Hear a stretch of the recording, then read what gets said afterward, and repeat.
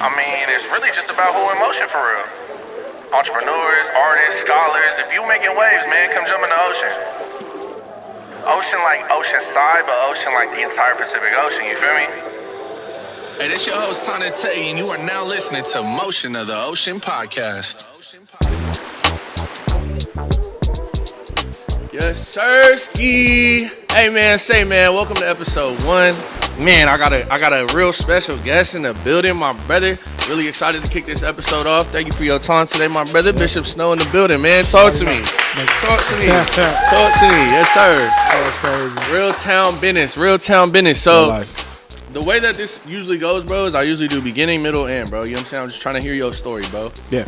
What I realized dropping the first one and kind of realizing how the game goes, I want to get their attention off the rip. Yeah. We're going to talk about the Duno, Adam 22, and the travels, bro. Talk to me about like the highs of the career up to this point.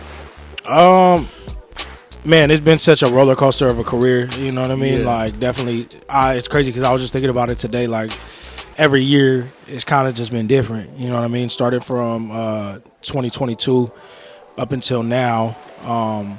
Every year has had its highs and its lows and new experiences. You know what I'm saying? And as far as the ones that you asked, you know, Duno was definitely it was one that took time. I met Duno back in 2021. Okay. So Memo, Night of the Blaxican, Memo Blaxicano. Right. He had told me to come up to this event in LA. I was already in LA, and it was like, so it's Jimmy Humility, who is very, very established in the music industry. He owns a record label, and he has, you know, he's worked with some legendary like corridos artists, rappers too. So I went there. It was him. It was CNG, Crook, everybody, Bella the rapper, Duno, Lil Weirdo. So this is my first time meeting all these people. Yeah, like that, okay. Yeah, so it was, and there's so many that I'm not even mentioning that just were there, Reverie, you know what I mean? And so they were all working together. So he was basically trying to get them on that platform that the corridos artists were. Yeah.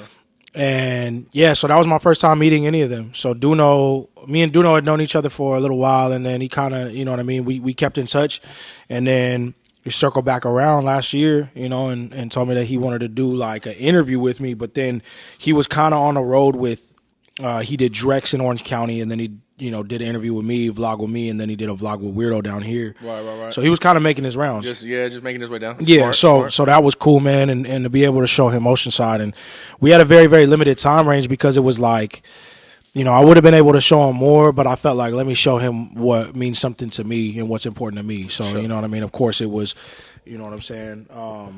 You know, we started off at a crib that's, you know, very, very important to me, and that's had a lot of, you know, a lot of meaning to me and a lot of history to me. Sentimental. Yeah, in a backyard that kind of started, you know, my whole journey and me meeting Andres and not meeting Andres, but talking to Andres from Mad Strange, and you know, it was a lot of different things, and then taking him to the neighborhood. I wanted to show him something that meant something to the neighborhood that I grew up in, which is taco shop. Like that's, you know what I mean? It's the borderline of the neighborhood, the outside of it, but it's still it's a place that is home to me. For sure. You know, and then Mad Strange, where basically, you know, all the magic happens for me, and basically a place that, you know, a family took me in and they didn't have to, and they, you know, helped me start my career from one simple conversation of me selling somebody that I wanted to be one of the best to do it. And he was just like, his only answer was, all right. Yeah. You know what I'm saying? So Mad Strange, it's like, you know, that store and everything about it, and even just the family itself, it just holds so much sentimental value to me that, like, you know what I mean? I would,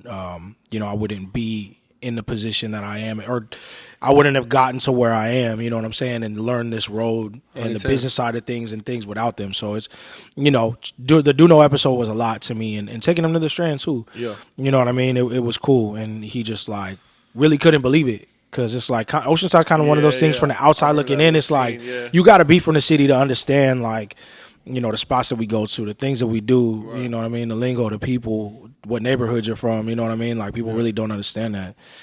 And to kind of, you know, go on to Adam, it was cool because Adam reached out to me personally. So, like, yeah, it wasn't like a, you know, the team reached out to him and talked to him. You know what I mean? Adam hit me up and was like, yo, like, I want to interview you. And I was like, bet.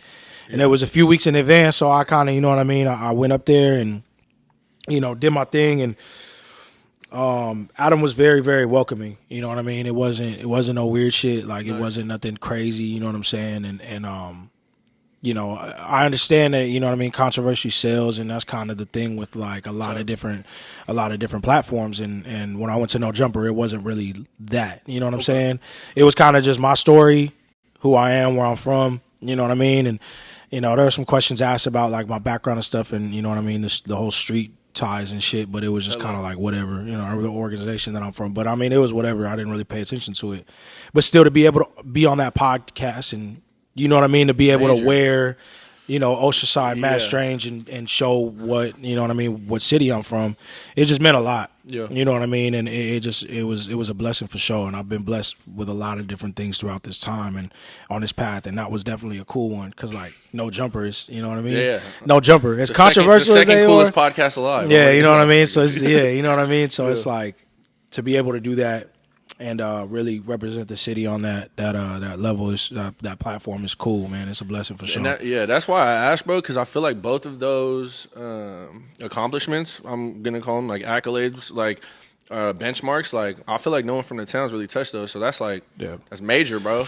You the first one, you feel me, to really put your foot through that door, and open it up for the rest of us, bro. So that's major, bro. And I wanted to start with that because, like, that the accomplishment in and of itself, like, I think that shows where you're going in your career, like, and it's been quick, bro. I feel like, I mean, it's definitely happened, you know. I'm not gonna say fast, but I'm not gonna say slow either. It's just kind of been at my pace, you know what I'm saying? And I've been in my lane because when you're in your own lane, that's where there's a lot less traffic, you know what I'm saying? So that's kind of like the way that I've been doing it and approaching it.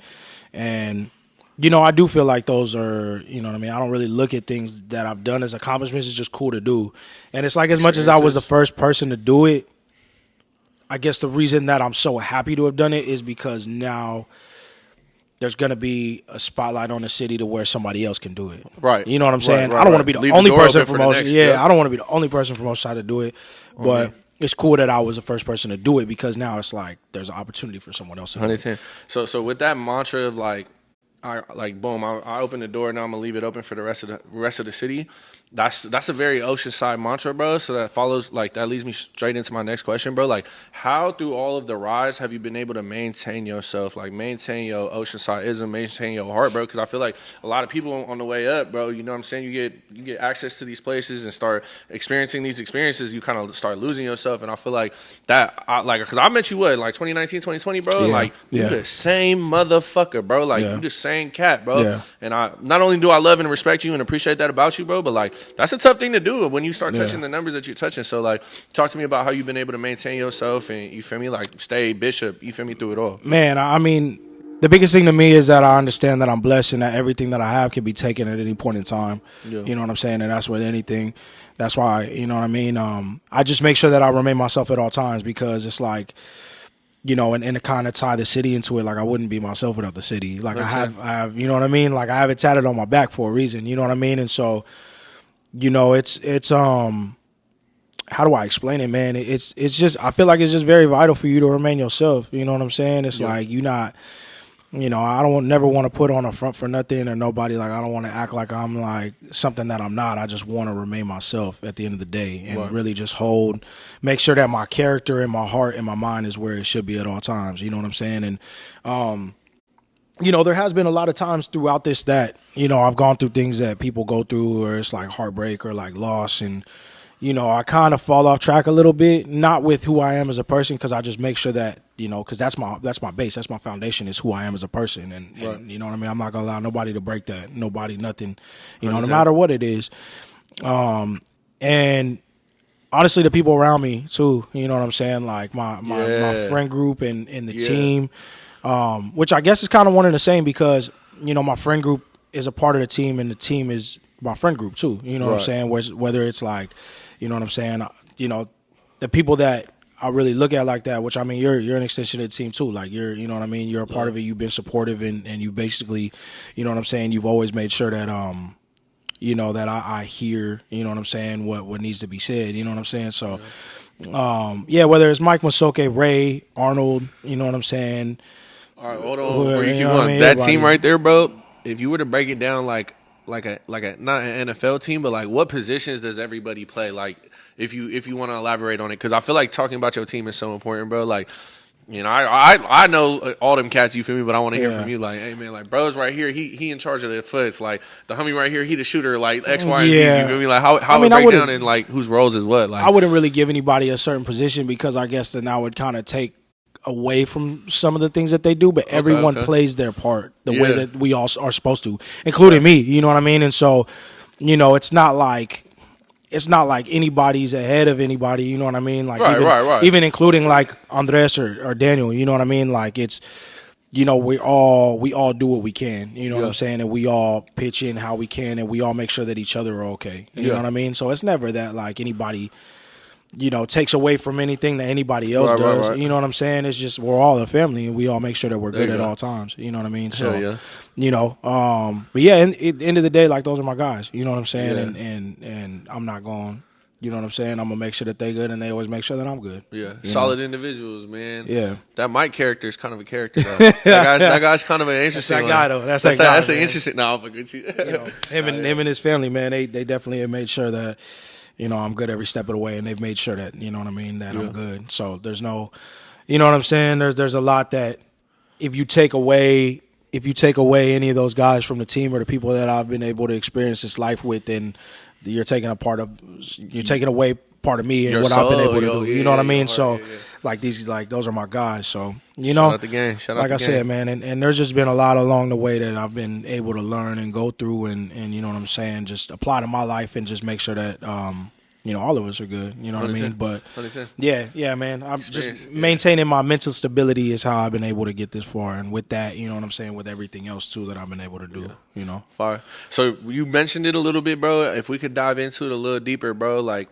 I was not there. I was kind of watching it all happen through social media and just being around the city and stuff. Yeah. But like, from the moment you linked up with Andres to when y'all started really getting in motion, I think you said Gio was around the corner, and that's when you really like, all right, like it's time to get into this rap shit. Yeah. And then you started putting out the content, like flooding this. Like, I want to hear from you, feel me, from your perspective. So if you really go down the timeline, I mean, up until I mean, there was always kind of a time period in my life where I was running around and doing dumb shit. So, right. You know, leading up to the career, you know what I mean? That house party that I think that was the night I met you, bro, with the helicopter over the Fallbrook house. You remember that shit, bro? Yeah.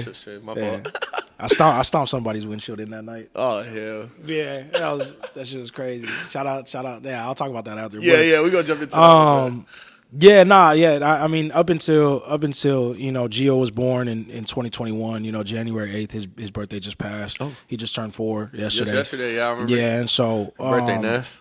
Yeah, man, Gio changed my life in ways that I can't even explain. You know what I'm saying? Just him being born and, you know, experiencing the things that I've been able to experience with him, and you know, from the day that he was born, you know, there was always something like he was born with sepsis, so that way his blood was toxic to his body, and he was in the NICU for a week, and you know what I mean, like he got out of the hospital on my mom's birthday, which was cool, and so that was kind of like a welcome home for him, and you know, from that point on, and then having issues with my baby mama, like we're good now, but you know what I mean, there was always something there too. It was just a rough fucking road, you know what I'm saying, and so brother, yeah, man, I didn't write my first actual rap until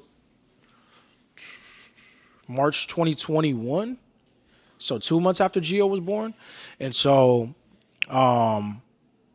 yeah, that was definitely a big thing for me. I went up to LA, recorded it at the homie Conscious house. Conscious girl is Sabrina, who you know what I mean. Yeah. Who's she introduced us, brother. She did. She sure did. Yeah. Sabrina's been a writer for a long time, man, and she introduced me to Con, and Con, they basically told me like that, a house set up, and they were like, if you ever want to record, come through.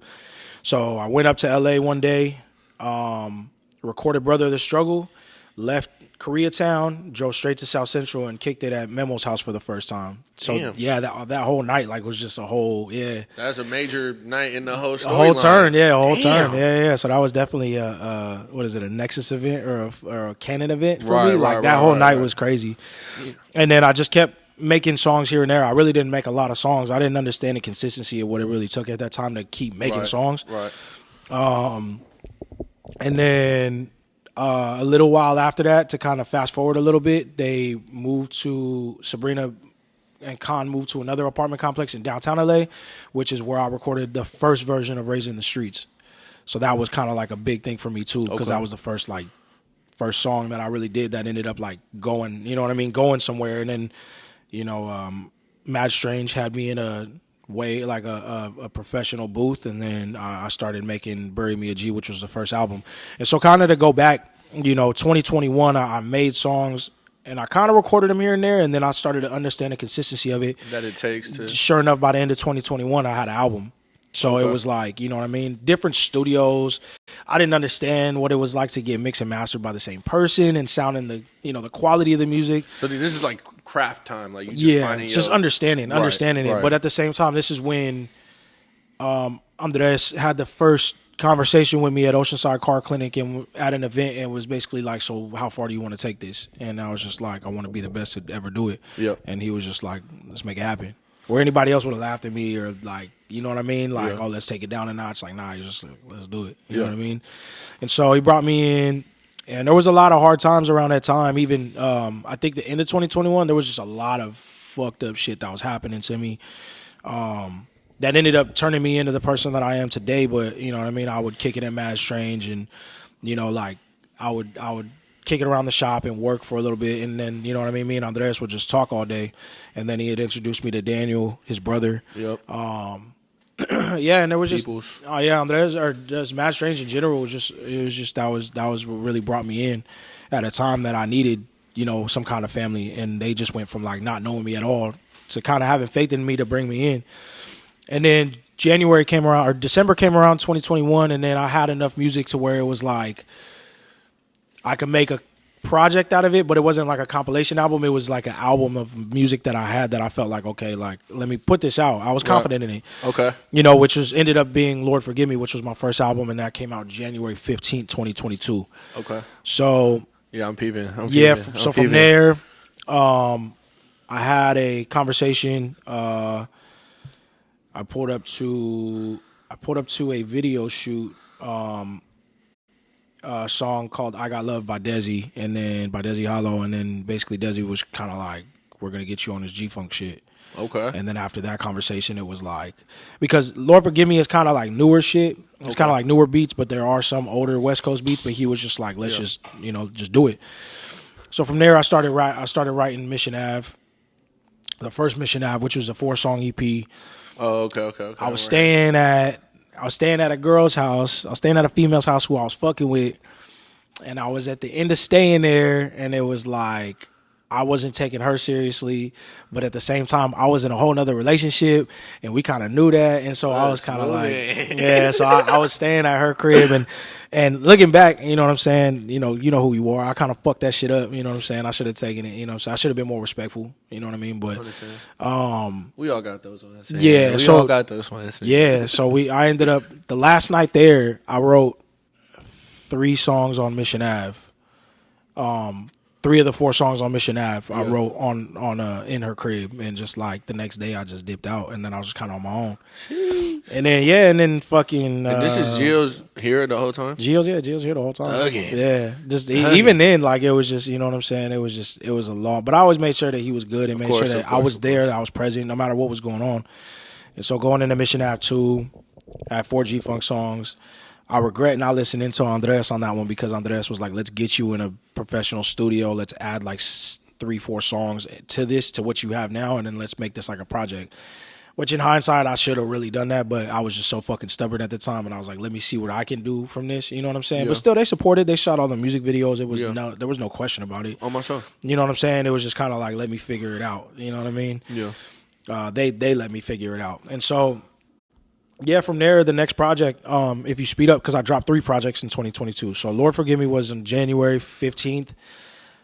Mission Ave was March 4th. And then I dropped Bury Me a G September 13th. Bro, this album cover for Bury Me a G is crazy. So it's a I'm paying homage to to a picture of the game on one of his it's a old game? albums. Okay, yeah, okay. so it's a similar picture. Yeah. That's tough. But yeah, he's Who took it, bro? Right here. Andres. Yeah, Andres took it, and With so the Mad Strange hat, like with the logo, with the the logo, just, yeah. And so we did that, and then like Andres, like with Andres, it's never like, you know, if there's any kind of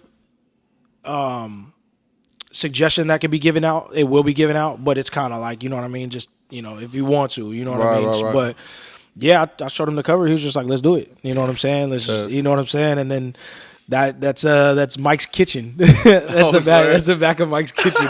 We put the little desk right there. Yeah, we put like a little mini desk. You can't even see, but it's probably like half it is. Yeah. But I'm just sitting in front of it, but it's long enough to where it looks like it's a desk that I'm like looking at it. Yeah, this shit tough. Yeah, and then that was the Bury Me a G cover. So when we did Bury Me a G, I did that in a nicer studio, way nicer studio. The setup was crazy.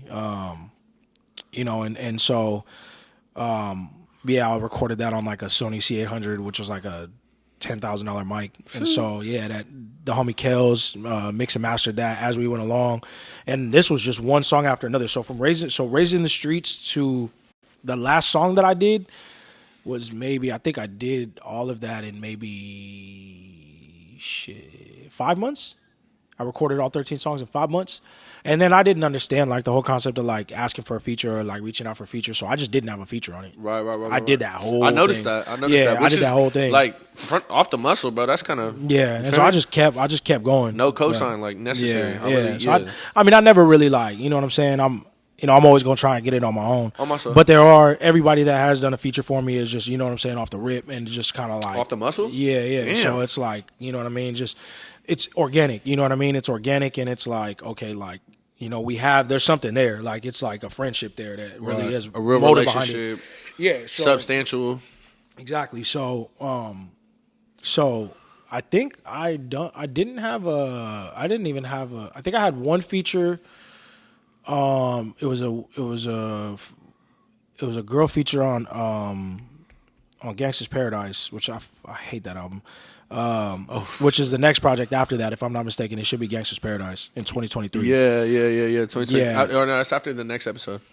Next episode was a fun one to make because that one I kind of went all in and found good beats, and I just kind of like just was more loose on the lyrical content. Okay. And so to kind of spin back how the social media kind of turned into all this. Right. Andres and Daniel, I remember they were telling me, they were like, yo, like, you got to make reels. You got to do reels. You got to push the social media thing. You got to have a TikTok. I was like, I don't want no fucking TikTok. I remember this. Like, I was just like, nah, I'm not having a TikTok. I was so stubborn about it. And then they were like, do it. And we posted, me and Andres were just out one day off Cleveland and Oceanside Boulevard. And he was just like, all right, like, let's shoot this, but just do the chorus. And it was Loyal to the Game. It was the chorus. It was like the last 4 bars of the verse going into the chorus. And we made it a reel and then posted it on, I think it was on Instagram. And then it just. Numbers. Like that one and then a Raised in the Streets one. Just like, and then I started adding words on CapCut to the videos like everybody else was doing. And then, it just started running it up. And then it just became a thing to where Instagram used to have this feature where it was, you could post the reel, but it wouldn't go to your feed. It would go to the reels. And so it would go to everyone that doesn't follow you. And so I was doing that every single day for like a year. I was just posting my music every single day. And on TikTok too. TikTok took a little longer to pick up, but once I started figuring out TikTok and what it took to make TikTok better, and then we figured out, recorded in 4K. In reality, like a lot of the followers that I got and a lot of the support that I got is in the United States, but it became international too. It's funny because people internationally, they make the connection with my music and my videos to GTA. Like San Andreas is the first thing they think of because that's the only idea they have of the West Coast other than the movies. You know what I mean? So, and then I started posting the Truth chorus, the I Ride, I Hang, I Bang. That shit blew up. You've done multiple to that one, or am I tripping? Bro, I've done fucking so many reels to that song. Okay. How many, like 20 reels? We've done like at least more? Yeah, more. But then all those videos, like every time I was posting it, it was getting over 500,000 views and then up to the millions. And then that video started getting, and then I think when I started blowing up on Instagram is when I posted 2 different videos of that chorus, and then one got 8 million views, and then my shit just shot up. But then my streams shot up. So from the release, because we didn't start making content until Bury Me a G. So September 2022. That's when y'all started. That was when we started making. That was when we started making content. Okay. So from September 2022, if I remember, because I went to Phoenix in August 2022, I had 11,000 followers. On the gram? Yeah. Damn. In August 2022. And then, so from there, it was post. Yeah.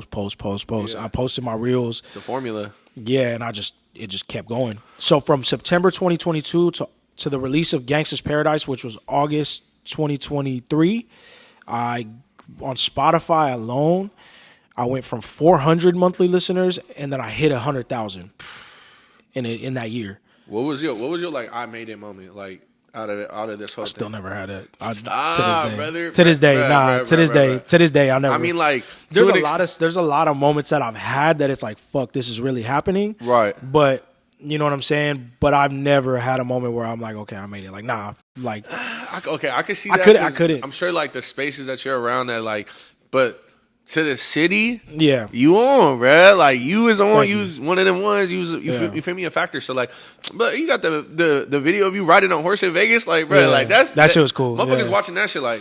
But that's one of my issues. Bro. That's one of my issues, though, is that I don't. It's not that I downplay what I've done, but I just don't.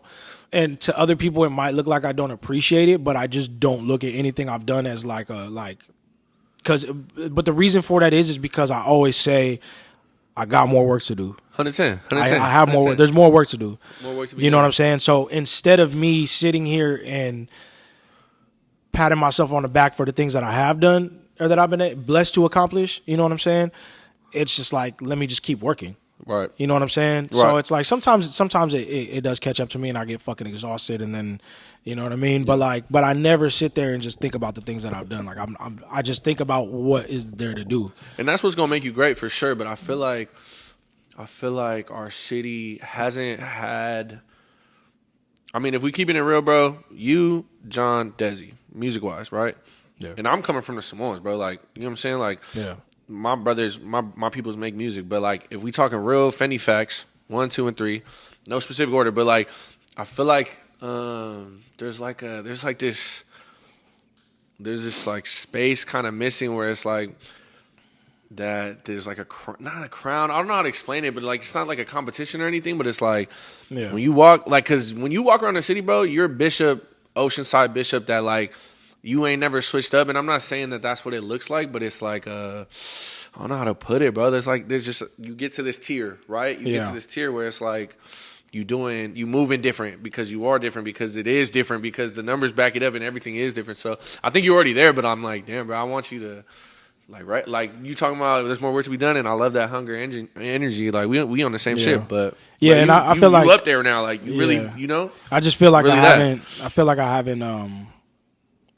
hit that spot yet to where it's like there's a I'm not gonna say a gap because I'm never gonna like in the back of my head it's never that I want to be better than those guys because it's like, you know. To be real, like there really isn't a me without them. To be real, 110. You know what I'm saying? Like John is one of the reasons that I started music. You know what I'm saying? John's known me since I was young, and John's done a lot for me along the way. John's cold as hell. Yeah, he's very, very talented. Same with if Desi would have never told me to get on the G-Funk shit, I would have never thought about it because that wasn't the lane that I wanted to go. But of course I love G-Funk, so it's like, you know what I mean? Like I grew up around G-Funk, so it's like, of course I'm gonna listen to that.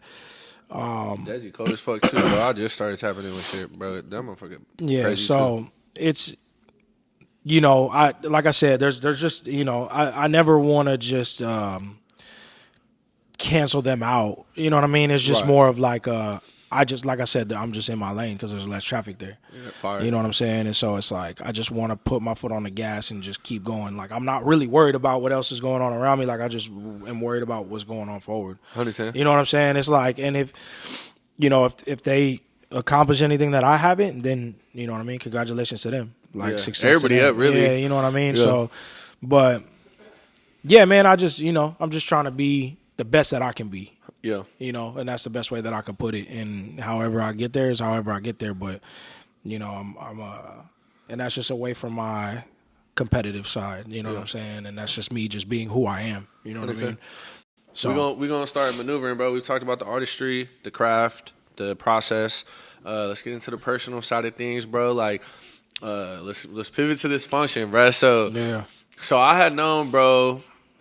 I knew who you were. I don't think maybe you did. I don't know, but I definitely knew who you were, and I was like, oh yeah, that's bro. Like, he one of the ones. He a factor whoopty whoop, and then like I was on my mania 2019, like moving around something crazy with the little homegirls and shit. And then we ran into that. I ran into you at that function.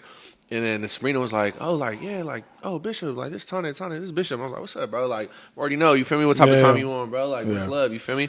I want to get into the politics, bro, if you feeling good about it. Like, at that time, bro, the folks was moving crazy, bro. Like, all them, you had soldiers, like, because I was really outside, bro. I was really at these functions, like, where I would show up to the function, and then everybody's outside tripping, and it's like, oh, it's the party's over. The GDs came in. You feel me? Kick the door down or like smash the cars and shit. I'm like, damn, another one. Like, and I'm already knowing in terms of the politics that like, bro, that was your wave, bro. And like, I remember being around that, and it was like Sabrina got into it with some of them little folks, and she was like, you wait till I call Bishop. You wait till I call Bishop. And sure enough, I'm chilling in the back of the seat, like back seat of the car. She call you, and then like 2 days later, we hear about it. Like, yeah, Bishop handled that. Like, so I understand like. From my understanding, and correct me if I'm wrong, that like you brought this wave, and you feel me, damn near put on like a bunch of soldiers, bro. You feel me from my perspective, and then like you was really kind of that guy to like facilitate and like make sure everybody's playing their role and like standing in line. Like, what's that? That's just an insane thing to do. Like, bring a whole wave of game banging to Oceanside. Like, that's crazy. Like, talk to me about it. I mean, I guess the first statement that I can make is I didn't create this gangster shit. I just continued it from a long line of people that really did it before me, or folks that did it before me, you know what I'm saying? And that was a very, very, very interesting time. 2019, I was already 9 years in this shit. Like, you know what I'm saying? Like, I was kind of, I was older, so I was just like, whatever, like, and I wasn't even older, I guess. I was 24. So, you know what I mean? It was just, I was around it for so long and just had been doing it for so long that it was just, as far as maneuvering in the streets, it was just like, it was second nature to me. Right. That was my mentality at the time. I mean, 2019, you know, you think about it, I had already gone through a gang of shit and gotten sober and, you know what I'm saying, stopped, you know, making my profits off of, you know, substances and shit, you know what I'm saying? So it was a very, like, 2019 was like a downtime for me. Oh, okay. You know what I mean? So it was, but at the same time, I was able to, you know, step out and break necks if I had to, you know what I'm saying? Yeah, and so, you know, it was just a lot of, at the time, there was a young generation of people, you know, that kind of were infatuated with the life and they kind of wanted to come around. So as much as people saw, as much as like people had seen that there was a lot of numbers as far as that, there was a lot of people that fell off too. Right. A lot of people that folded, you know what I'm saying? And so, you know, it was kind of just me just maneuvering how I maneuvered and just me learning through trial and error from the streets for so long. And it was like, I knew who you were because, you know, your family, like I knew who your family was before. Like I went to, you know what I'm saying, to school with Zion, rest in peace, for rest in love. I met Zion in 6th grade in PE. You rest know what I'm saying? My brother Noise. Yeah, you know what I'm saying? Like that was my dog too. You know what I'm saying? So Trubs, Big Trubs. I met Big Trubs. Rest in love, Big Trubs. You know what I'm saying? Rest in love to him too. You know what I'm saying? Lil Trubs.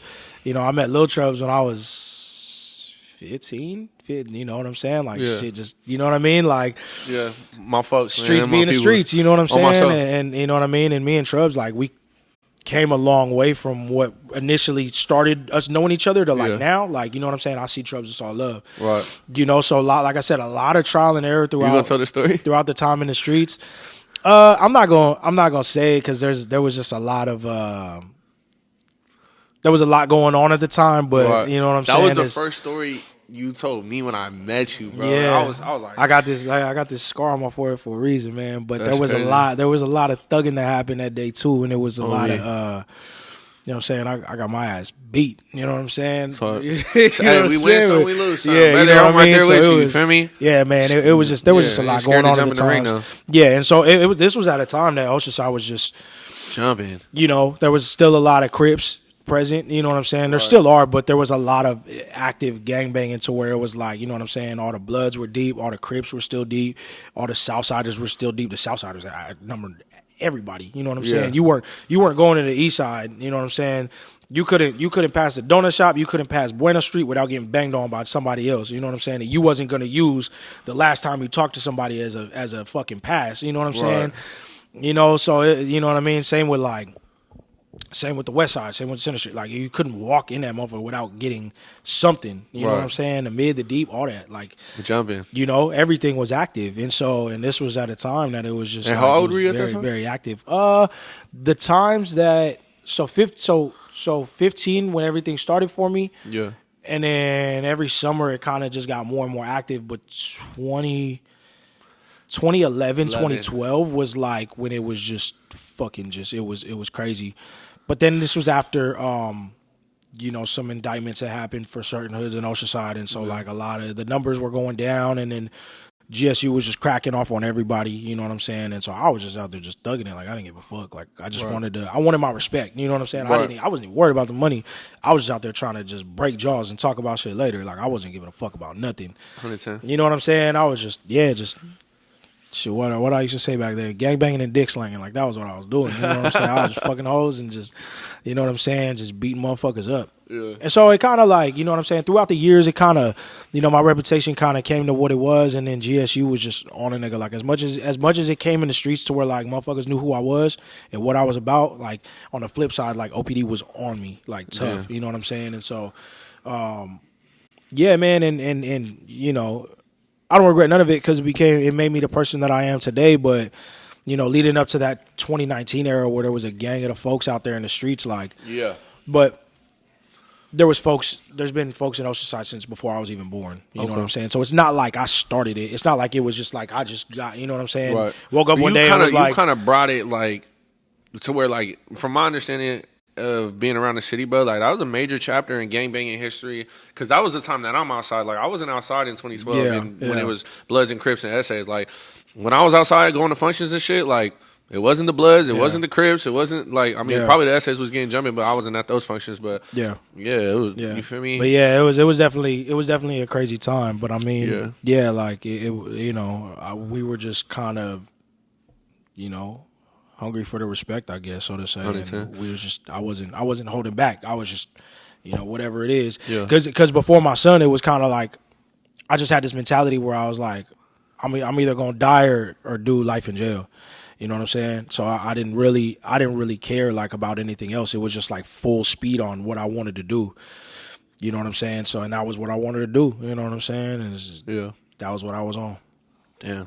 I feel like when we talk about the three, bro, like, I feel like you the one that when you drop Bury Me and G, when you drop, you feel me, the next episode, and like you drop these songs, bro, and you hear the lyrics and you hear the grit, like, and then you hear what I just heard right now, like, this shit bleed through, bro. This shit real. I mean, in reality, like, field, you feel me? Yeah, I don't have step on my lyrics. Like, I'm very, I hold back on my lyrics because there is a lot of shit that I don't want to say. Right. Because of course, like, you know what I'm saying, I'm not gonna talk too much, but I'm gonna tell it from my perspective and what I went through, and that was what I did. Like, I just, you know what I'm saying, I put it into my music, and a lot of the shit that you hear in my music is. That's what it is. That's it. That's what it is, and that's what it was. And I'm gonna, you know what I mean. I'm gonna stay on it. And so, you know, I definitely had to switch up a lot of things just as a person because, like, you know, I couldn't approach things like that anymore now that Gio's alive. It's my soul. I gotta put him first before anything. And so, like, making sure that I'm there for him. You know what I mean? Like, bro, there's nothing that I did in my time in the streets that amounts to the feeling of what I would have done in the streets. No, you know, I'm not gonna. I don't know. I was gonna go crazy left field on that, but there's nothing that I've done in the streets that amounts to the feeling that of when I see Gio and he just says "Papa," you know what I mean? Like, he says "Dad," or you know what I mean, or he tells me he loves me, or we make jokes together. You know what I'm saying? Like, that's just a feeling in its own. You know what I'm saying? That's a feeling in its own, and that the streets never really gave me. Yeah. You know what I'm saying? The streets was like whatever, but at the same time, you get these accomplishments in the streets, that shit, your life can get taken straight up. You could lose your mind, you could lose your soul, you could lose your heart in the streets, all that shit. The streets is not where it's at. You know what I mean? Talk to me about the fatherhood, man. I mean, you just touched on it a lot, bro. That shit super dope. Like, I've kind of talked to my folks about it. Like, you know, my fatherhood journey is T minus. You feel me? So, talked about like when Gio came around, how much it changed your life, and like, I guess like where you're at now and where you see life going forward as a father with your lifestyle that you live. You dig what I'm saying? Like, man, I mean, I just take I guess the biggest thing is that I'm able to take my lessons that I learned throughout my time in the streets, and I can apply it to my life and make sure that he doesn't go the same way, and understand that, you know, he's gonna go through a lot of shit too, but just I'm able to give him that advice to where it's like, yo, like, this is the best way to handle this. Right. You know what I'm saying? And it's not like, it's a different relationship than what I had with my dad, you know what I'm saying, before, you know, the time that he wasn't really around. My dad was very like, put his foot down and very militant, you know what I'm saying? Like, this is what it is and this is what it's going to be, and you're not going to say it any other way. Right. You know what I'm saying? Which, I mean, I can't be like that with Gio, of course, if I need to be, but it's just more so like, if he gets frustrated, like, I sit there and I talk to him and I make him sit with me and I'm like, yo, like, talk to me, like, what's going on? You know what I'm saying? I make him do a breathing exercise with me, like, let's chop it up. Like, what's really going on? You know what I'm saying? And be real with me. You know what I'm saying? And so I make sure that I have that relationship with him so that way he understands that he can confide in me. Right. You know what I'm saying? And when he gets older, then it's like, you know, like, yo, like, what's going on? Like, talk to me. You know what I'm saying? So that way he understands that if there's something that, you know what I'm saying? It's not like I'm trying to be a cool dad. Like, I want to be a dad. You know what I'm saying? I'm your dad, and if there's any knowledge that I could give you from the things that I've learned, then so be it. Then I'll help you. But if it's something that I don't even understand myself, like, let's go through it together and figure it out. You know what I'm saying? So it's like, fatherhood is the biggest thing for me. You know what I'm saying? Because it's why I do everything that I do, 100%. And making sure that he's set up for success, and making sure that you know, he has the knowledge that he needs to get through this world, and so that way the world don't take him under. You know what I'm saying? So, you know, it's just, Gio's just the greatest thing that's ever happened to me. You know what I'm saying? I love him. So I love him. That's my guy. That's my little guy. You know what I'm saying? We have great times together. We kick it together. We go to the beach and joke around and shit. I take him to the park. You know, so that's yeah, man. Fatherhood is like I said, it's the best thing that could have happened to me. It saved me, saved my life, saved my soul. Yeah. Last one, bro. Last question of the night, and we're gonna wrap it up. Probably go pop out right down that way, and you feel me? Go politic and shit. But man, we've talked about the past. We've talked about the present a little bit. Final thing we're gonna touch on is the future, bro.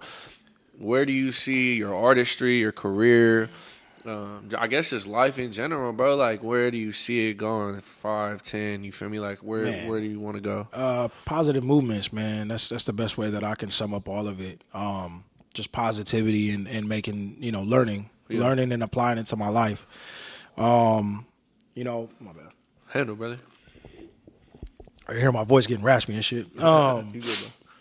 Man, just making sure that I'm moving in a positive way and differently than I had in my past, because, you know, it didn't really get me anywhere. You know what I'm saying? The definition of insanity is doing the same thing over and over again and expecting different results. So it's like, how do I maneuver differently, more positively, so that way I get positive results? Right. Even my musical content, like my lyrical content, I switch it up, because if I'm talking about negative shit all the time, then I'm just speaking that into my life. You know what I'm saying? If I'm talking about death all the time, I'm just going to speak death into my life.